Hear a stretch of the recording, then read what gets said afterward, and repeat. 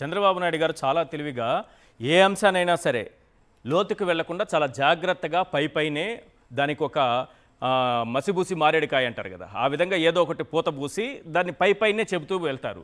ఇప్పుడు ఏం చేస్తున్నారు, ఈ కేసు లోతుల్లోకి వెళ్ళరనమాట. కుక్కపిల్లలాగా ఈడ్చిపడేశారు. ఎవరు ఈడ్చారు, ఎవరేశారు, ఎవరు కుక్కపిల్ల అనుకున్నారు, ఎవరు కుక్కపిల్లగా భావిస్తున్నారు, ఇది కాదు. అంటే అది వేసి ఒక మానవత్వం నా దగ్గర ఉన్నంత మానవత్వం ఇంకా ఈ ప్రపంచంలో ఎవరి దగ్గర లేదన్నది బిల్డప్ చేయాలి. సో ఇందులో భాగంగా మానవత్వాన్ని తీసుకొస్తున్నారు. నిజానికి మానవత్వానికి ప్రతీక అయినటువంటి చంద్రబాబు నాయుడు గారు ఇదే కేసు గురించి ఏం మాట్లాడారు, గతంలో ఏం మాట్లాడారు, ఇప్పుడు మానవత్వం గురించి మాట్లాడుతున్నారు కదా. వారు కూడా మానవత్వం గురించి గతంలో కూడా మాట్లాడుంటారు కదా. మానవత్వం ఉన్న మనమందరం దాన్ని మననం చేసుకోవాలి కదా. సో మానవత్వంతో ఒకసారి మననం చేసుకుంటూ ఆ బైట్స్ కూడా ఒకసారి విన్నాం ప్లీజ్. కనీసం మానవత్వం లేని వ్యక్తులు పోతుంటే కారు కింద మనిషి పడిపోతే వాళ్ళ కార్యకర్తే పడిపోతే తీసి కుక్క పిల్లమారుగా బయటపడేసి నేరుగా వెళ్ళిపోతే సకాలానికి హాస్పిటల్ తీసుకుపోలేక అతను చనిపోతే గోదావరి పుష్కరాలు ఏం తప్పు జరిగింది? ఓకే, దురదృష్టం చనిపోయారు. కుంభమేళాలో చనిపోలా, జగన్నాథ రథచక్రాల్లో చనిపోలా, ఒక బస్సు యాక్సిడెంట్ చనిపోలా, జరుగుతాయి. జరిగినప్పుడు ఆ రోజు నేను చెప్పిన తర్వాత కమిటీ కూడా. వెంకటరెడ్డి గారు, మానవత్వం గురించి ఏమన్నా చెప్తారా? అంటే మీ పార్టీ వాళ్ళకి కానీ జగన్మోహన్ రెడ్డి గారికి కానీ మానవత్వం లేదని అంటున్నారు. ఆయన గతంలో అనేక సందర్భాల్లో మానవత్వం అంటే ఎలా ఉండాలో చెప్పారు, చేసి చూపించారు కూడా. మీకు లేదని చెప్తున్నారు. మానవత్వం గురించి చంద్రబాబు నాయుడు గారు చెప్పే దెయ్యాలు వేదాలు వెళ్ళిచ్చినట్టుంది. కానీ దానికి ముందు వెళ్ళే ముందు జడ్జి గారి మీద చేసినటువంటి అనుచిత వ్యాఖ్యలు. ఒక జడ్జి గారి మీద సాక్షాత్తు తెలుగుదేశం పార్టీ సీనియర్ నాయకులు, పొలిట్ బ్యూరో సభ్యుడు ఆ పార్టీ ఆఫీసులో కూర్చొని, కేంద్ర కార్యాలయంలో కూర్చొని ప్రెస్ మీట్ పెట్టి ఏదైతే జడ్జి గారు అందరికీ సామాన్యుడిని అని చెప్తున్నారు ఆయన, మీరేమో సభ్యులు సీనియర్ నాయకులు అంటున్నారు. తెలుగుదేశం పార్టీకి రాజీనామా చేసి ఆయన సామాన్య వ్యక్తిగా సోషల్ మీడియాలో ఇంకో చోట పోస్ట్ పెడితే సామాన్య వ్యక్తిగా చూస్తాం. తెలుగుదేశం పార్టీ పొలిట్ బ్యూరో సభ్యుడిగా ఉండే వాళ్ళ ఆఫీస్లో కూర్చొని నేను సామాన్యుడిని, నేను గోంగూర కట్ట అంటే ఎవడు నమ్మడు. సో వరలరామయ్య గారు తెలుసుకోవాలి.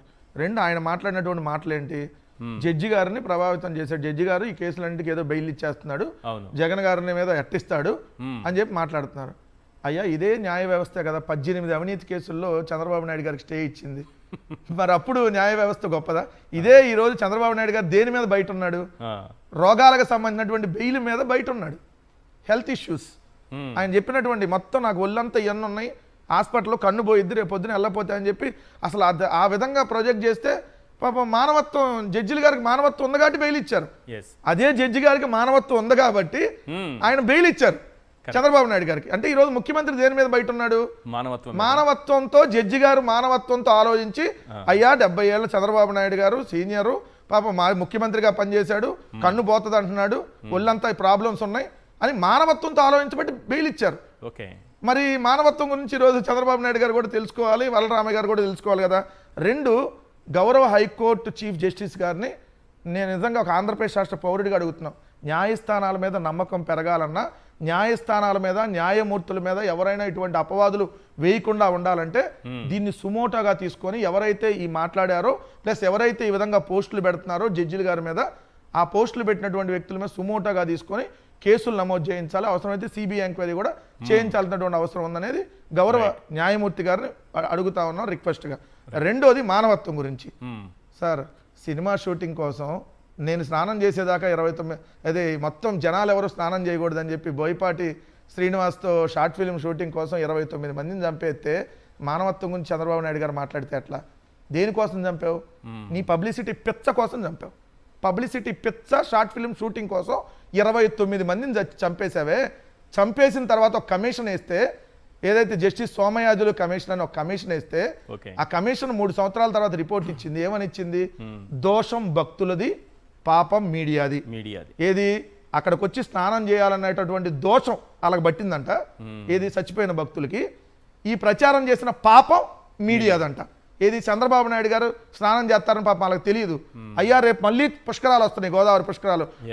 భక్తులందరికీ మనవి, గోదావరి పుష్కరాల్లో దయచేసి చంద్రబాబు నాయుడు గారు, పవన్ కళ్యాణ్ గారు, నారా లోకేష్ గారు స్నానం చేసేటప్పుడు దయచేసి మీరు వెళ్ళమాకండి, తర్వాత వెళ్ళండి, ఏం కాదు మళ్ళీ, ఎందుకంటే మళ్ళీ మీ ప్రాణాల్లో. రెండు మానవత్వం గురించి మొన్నే కదా సార్ ఇట్ట తంతె పడిపోయింది కదా, అది తోస్తే తంతె కూడా కాదు, ఇట్ట చెయ్యిట్టంటే గోడ పడిపోలేదా ఎక్కడ సింహాచలంలో, మరి ఇట్టంటే పడిపోయింది కదా గోడ. మరి అట్లాంటి గోడని పెద్ద నిర్మాణాన్ని నిర్మించిన గొప్పవాడి నువ్వే కదా, మరి అందరిని తీసుకొచ్చి పార్కులో కుక్కి చంపేసి నువ్వే కదా. ఇదే కందుకూరులో 8 మంది చచ్చిపోతే చంద్రబాబు నాయుడు గారు ఏం మాట్లాడో తెలుసా? ఒక ఆమె చూడండి డాన్స్ వేస్తుంది అక్కడ, ఇంకా నన్ను మీటింగ్ కొనసాగించాలని కోరుకుంటాను చూడండి మీరు అందరూ, నేను వెళ్ళొస్తా అక్కడికి వెళ్ళొచ్చా, ఇక్కడే ఉన్నాను, మీరు అందరూ ఆడికి పోమాకండి. అది చూడండి, నా ముసలామని చూస్తే నాకు ఉత్సాహం వేస్తుంది. ఏది చచ్చిపోయిన శవాలను చూసి నీకు ఉత్సాహం వేస్తుందా? ఇది మనిషి అన్నాడు ఎవడన్నా మాట్లాడతాడు? ఇది మానవత్వం అండి? ఇది చంద్రబాబు నాయుడు గారు మానవత్వం గురించి మీరు దయచేసి మాట్లాడొద్దు. మానవత్వం అనేది 0.001% కూడా మీ జీవితంలో లేదు. మీ తల్లిదండ్రులే మీరు సక్రమంగా చూడాలి, మీరు ఇంకా మానవత్వం గురించి దయచేసి మాట్లాడద్దు. మీ తండ్రికి మీరు తల కొరుగు పెట్టారా? నేను ఓపెన్ గా అడుగుతున్నా, తప్పేమో సార్, నేను ఎక్కడ తప్పు చేసి మాట్లాడుతున్నా. నీ తండ్రికి మీరు తల కొరుగు పెట్టారని అడిగా. ఏ రోజన్నా మీ తండ్రి ఫోటోకి కానీ, మీ తల్లి గారి ఫోటోకి కానీ, జయంతి రోజు కానీ, వర్ధంతి రోజు కానీ ఎప్పుడన్నా మీ జీవితంలో మీరు కనీసం దండేశారా? జయంతి రోజు కానీ, వర్ధంతి రోజు కానీ మీరు వేస్తున్నారు కదా జయంతికి వర్ధంతికి. ఏ సరే వెనక నుంచి పోచి వీ డోంట్ నీడ్ ఎన్టీఆర్ అని ఈ రోజు అవసరం కోసం చిన్న ఎన్టీఆర్ లేడు కాబట్టి పెద్ద ఎన్టీఆర్ అన్న పెట్టుకోవాలి కాబట్టి దండలేస్తాడు. సో ఇట్లాంటి వ్యక్తి మనం మాట్లాడేది. రైట్, రామ్నాథ్ గారు కన్క్లూడ్ చేయండి సార్. ఇప్పుడు మేరీ సింగయ్య భార్య లేవనెత్తినటువంటి అనుమానాలు, ఆ అంబులెన్స్లో ఏం జరిగింది? ఎందుకంటే ఆయన నాతో మాట్లాడారు, మా కుటుంబ సభ్యులతో మాట్లాడారు, అప్పటికి బాగానే ఉన్నారు. అంబులెన్స్లో ఏం జరిగిందన్న అనుమానం నాకుంది అన్న తర్వాత దానిపైన విచారణ చేయాల్సినటువంటి అవసరం ఉందా లేదా? అంటే ఇప్పుడు అది రాష్ట్ర ప్రభుత్వం నిజాయితీ మీద ఆధారపడి ఉంది, పోలీసుల మీద, లేకుంటే హైకోర్టుకైనా వెళ్లాల్సిందే. ఎందుకంటే ఆమె ఇది హత్య అని వాళ్ళు చెప్తున్నారు. లేదు, నిజంగానే అంబులెన్స్ లో హత్య జరిగిందని ఆమె చెప్తున్నారు, జరిగిండవచ్చు అని. పైగా అదే అంబులెన్స్ అంటే ఇప్పుడు ఆయన అక్కడ కింద పడినప్పుడు చిన్న గాయాలని పోలీసులు చెప్పారు, బాగా ఉన్నాడు, మాట్లాడాడు, అన్ని చేశారు. అంబులెన్స్ లోకి ఎక్కిన తర్వాత తమతో ఫోన్ లో మాట్లాడిన వ్యక్తి హఠాత్తుగా ఆ తర్వాత చనిపోయారని చెప్తూ ఉన్నారు. పైగా అంత సీరియస్ గాయాలంటే పోలీసులు చాలాసేపు అక్కడ ఉన్నారు. అవును, ఆయనకు అంత గాయాలేం కాలేదు, ఓకే అన్న పరిస్థితిలో వండుకోండి, కొద్దిగా సమయం తీసుకున్నారు పోలీసులు కావచ్చు అక్కడ ఉన్న వాళ్ళు.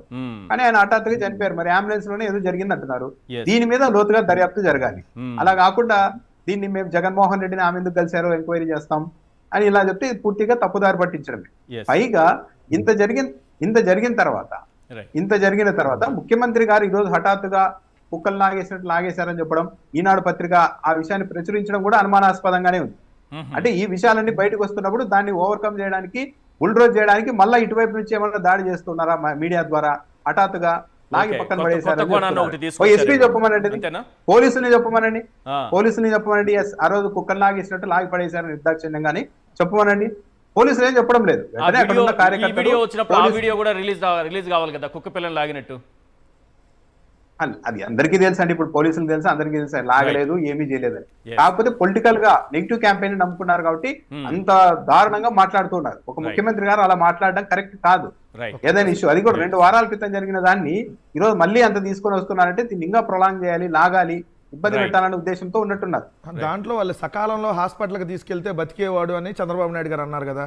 సకాలంలో హాస్పిటల్కి తీసుకెళ్లకుండా అడ్డుకుంది ఎవరు? ఏఎస్ఐ రాజశేఖర్. 35 నిమిషాలు ఎందుకు ఆపాడు? అంబులెన్స్ రావాలి, అంబులెన్స్ వచ్చేదాకా ప్రైవేట్ వాహనంలో తీసుకురాకూడదు. అక్కడ ఉన్నటువంటి వైఎస్ఆర్ కాంగ్రెస్ పార్టీ కార్యకర్తలు అంబులెన్స్ లో రానికుండా నేను ఒక్కడనే తీసుకెళ్తా అని చెప్పి అంబులెన్స్ లో ఎక్కించుకొని అతను తీసుకెళ్ళి నాకు చనిపోయింది. మరి దీని మీద కదా విచారం జరగాలి. చంద్రబాబు నాయుడు గారు దీని మీద సమాధానం చెప్పాలి.